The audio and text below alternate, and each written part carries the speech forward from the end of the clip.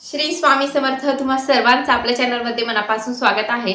आपल्या आजकालच्या सिच्युएशन अशी झाली आहे की भरपूर स्त्रिया आहेत की ज्यांना प्रेग्नन्सी राहण्यासाठी प्रॉब्लेम येत आहे आणि त्या खूप खचून गेल्या आहेत. मी ह्या फेजमधून गेली आहे, म्हणून मला माहिती आहे की एखाद्या बाईला जर प्रेग्नन्सी राहत नसेल तर तिच्यावरती काय बीतती, समाज तिच्याकडे कोणत्या नजरेने पाहतो, किंवा जेव्हा एखादी बाई ट्रीटमेंट घेत असते आणि त्या ट्रीटमेंटचा तिच्यावरती कुठलाच परिणाम होत नसेल, परत परत मासिक धर्म येत असेल किंवा ट्रीटमेंट घेऊनही प्रेग्नन्सी राहत नसेल, खूप हेल्थ इश्यू असेल, तर अशा सगळ्या गोष्टींसाठी आज मी तुमच्यासोबत एक सेवा शेअर करणार आहे, जी की अतिशय प्रभावी सेवा आहे.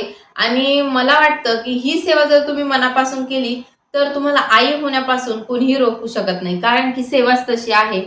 आपण सिद्धकुंजिका स्तोत्र जे आहे ते भरपूर लक्ष्मी प्राप्ती असो किंवा कुठलीही आर्थिक समस्या असो, आरोग्याच्या सेवा असो, यासाठी ते करत असतो. पण सिद्धकुंजिका स्तोत्र हे एवढं प्रभावशाली आहे, एवढं प्रभावशाली आहे की ते एखाद्या स्त्रीचा जर गर्भ असेल आणि तो वारंवार पडत असेल तर त्या स्त्रीने त्याचं पठण करून पाणी घेतलं तर तिचा गर्भ डिलेव्हरी होईपर्यंत सुखरूप राहतो, एवढी त्या सिद्धकुंजिका स्तोत्रामध्ये शक्ती आहे. तर आता त्याची सेवा कशी करायची, काय करायचं? भरपूर स्त्रियांना काय होतं की आजकालच्या जमान्यामध्ये खानपान योग्य नाहीये, त्यामुळे पीसीओडी आहे, किंवा मग असं होऊन जातं की काहीच प्रॉब्लेम नाहीये, सगळं व्यवस्थित आहे, ताई माझ्या मिस्टरांमध्ये काही प्रॉब्लेम नाहीये, माझ्यामध्ये काही प्रॉब्लेम नाही, तरीही मला प्रेग्नन्सी राहत नाहीये, असं भरपूर वेळ सांगितलं जातं. किंवा मग IVFच करावे लागेल, IUI करायला लागेल. तर असं सगळं जे असतं ना, तर तेव्हा खूप डिप्रेशनमध्ये येऊन जाते एखादी स्त्री, आणि तिला काय करावं, महाराजांची कुठली सेवा करावी. तुम्ही कुठलीही सेवा करत असाल महाराजांची, पण त्या सेवेत सोबत आजपासून ही सेवा ही ऍड करा. तर आता ही सेवा करायची कशी? कुठल्याही दिवशी, महिन्याच्या कुठल्याही दिवशी, अमावस्या आहे, पौर्णिमा आहे, काहीही असो, तुम्ही कुठल्याही दिवशी ही सेवा सुरू करू शकता. आता सेवा करायची काय? सकाळी आपल्याला लवकर उठायचं आहे आणि आपल्याला 11 दिवसाचं सिद्धकुंजिका स्तोत्राचं अनुष्ठान करायचं आहे. आता ते अनुष्ठान करायचं कसं? त्याला नियम अटी काय आहे? भरपूर जण काय करतात, सेवा करण्याच्या अगोदर ताई त्याचे नियम अटी काय आहे, आणि नियमांना खूप घाबरतात. तर नियम अगदी सोपे आहे. 11 दिवस आपल्याला याचं अनुष्ठान करायचं आहे. आता ज्या स्त्रिया प्रेग्नन्सीसाठी ट्राय करत असेल तर ह्या सेवेमध्ये ब्रह्मचर्य व्रत पाळावे लागते. तर तुम्ही तुमचे पिरियड्स येऊन गेल्यानंतर, तुमची ट्रीटमेंटचे जे काही दिवस आहेत ते होऊन गेल्यानंतर, पिरियड्सला 11 किंवा 11-12 दिवस येण्याच्या अगोदर ही सेवा करू शकता. तर आता सेवा काय करायची आहे? सपोज तुम्ही सोमवारी सेवा सुरू करणार असाल तर त्या दिवशी सकाळी लवकर उठायचं आहे. महाराजांची जी आपली देवपूजा आहे ती करायची आहे. आता हा स्तोत्र तुम्हाला कुठे भेटेल? आपल्या नित्यसेवेच्या 143 पेज नंबरवरती सिद्धकुंजिका स्तोत्र आहे. तर तुम्ही ते तिथून पठण करू शकता. आता सिद्धकुंजिका स्तोत्रच का? तर सिद्धकुंजिका स्तोत्र हे वाचल्याने दुर्गा सप्तशती पाठ केल्याचं पुण्य भेटतं.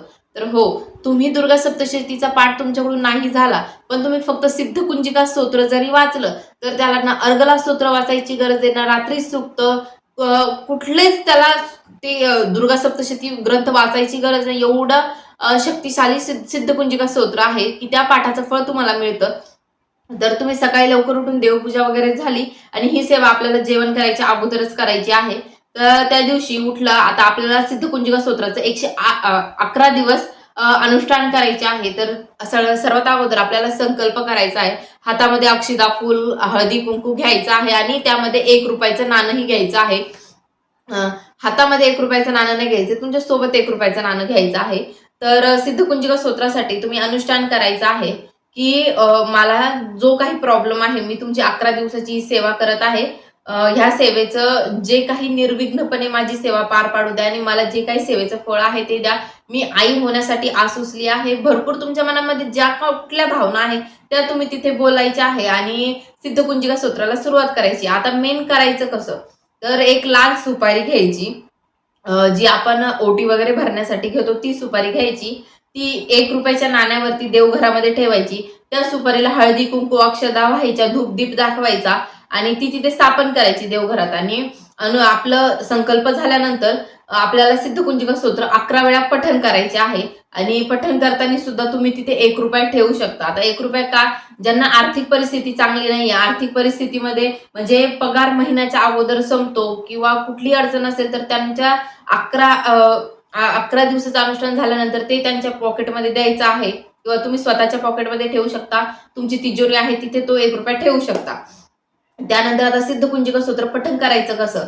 तुमचा उजवा हात आहे तो आपल्या एक पेल्यामध्ये आपण तारक मंत्राचं पाणी बनवतो तसं पेला घ्यायचा, त्यावरती ठेवायचा. हा डावा हात आपल्या पोटावरती ठेवायचा आहे आणि सिद्धकुंजिका स्तोत्र पठण करायला सुरुवात करायची आहे. 11 वेळेस सिद्धकुंजिका स्तोत्र होऊपर्यंत पोटावरचा हात काढायचा नाहीये. तुमच्या पोटामध्ये कुठलेही विकार असो, तुम्हाला पीसीओडी असो, काहीही असो, हे सिद्धकुंजिका स्तोत्र त्याची तीव्रता कमी करतं, तुमच्या ट्रीटमेंटला सपोर्ट करतं. आपण ट्रीटमेंट घेतोय पण त्यासोबत आपल्याला अध्यात्माचीही जोड पाहिजे.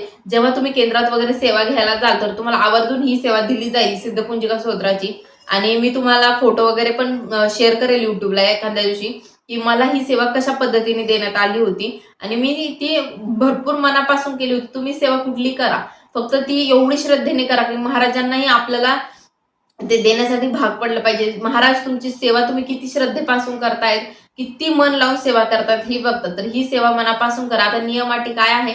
11 दिवस ब्रह्मचर्य पाळायचे, नॉनव्हेज खायचं नाहीये आपल्याला, एकच टाइम ठेवायचा आहे, एवढेच नियम आहे आणि बाहेरचं खायचं नाहीये, एवढे त्याला नियम आहे.